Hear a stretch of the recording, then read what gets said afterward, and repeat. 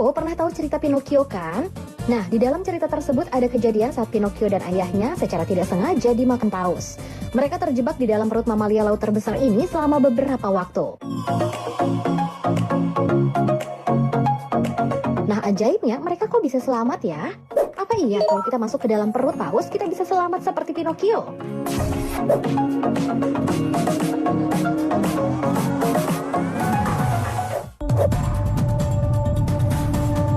Secara alamiah, paus tidak memakan manusia ya Sobat Kepo, karena mereka lebih doyan sama namanya ikan-ikan kecil dan juga plankton.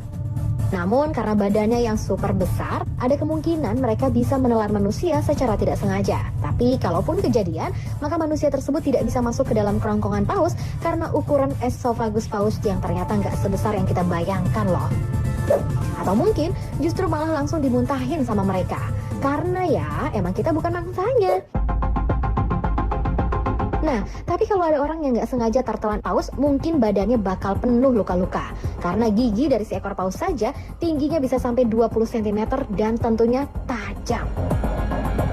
Oke, kalau masih selamat masuk ke dalam mulutnya, kita akan disambut oleh kegelapan di dalam tenggorokan hewan ini. Dan pastinya kita akan sulit bernafas karena tipisnya oksigen dan banyaknya gas metana di sana. Licinnya dinding tenggorokan hewan besar ini akan membawa kita ke tempat yang lebih dalam yang bisa menimbulkan sensasi kulit terbakar karena banyak mengandung hidroklorik asid. Terakhir, kita akan dibawa ke tempat yang paling luas di dalam tubuh mamalia laut ini, yaitu perutnya. Eits, jangan berharap banyak dulu ya, karena badan kita akan terkikis oleh asam pada perut serta lambung paus. Dengan begitu, kesempatan untuk bertahan hidup di dalam perut paus akan sangat tipis. Tapi percaya nggak percaya, seorang pria bernama James Bartley secara tidak sengaja tertelan oleh paus sperma saat hewan besar tersebut menghantam kapalnya. Ajaibnya, kru kapal menemukan si paus setelah beberapa hari dan langsung membunuhnya. Ketika perut dibuka, para awak kapal menemukan badan James Bartley di dalam keadaan hidup. Namun dengan kulit yang pucat putih, serta mata yang buta karena disebabkan oleh asam yang memang terdapat pada perut paus. Kisah lain berasal dari pria bernama Rainer Skim, seorang penyelam di Afrika Selatan. Ia secara tidak sengaja hampir tertelan oleh paus saat sedang menyelam.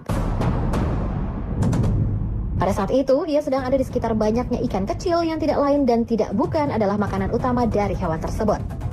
Keberuntungan sedang berpihak kepadanya. Sang penyelam tetap selamat karena mamalia laut tersebut langsung mengeluarkan Rainer dari dalam tubuhnya dengan alasan manusia memang bukanlah mangsanya.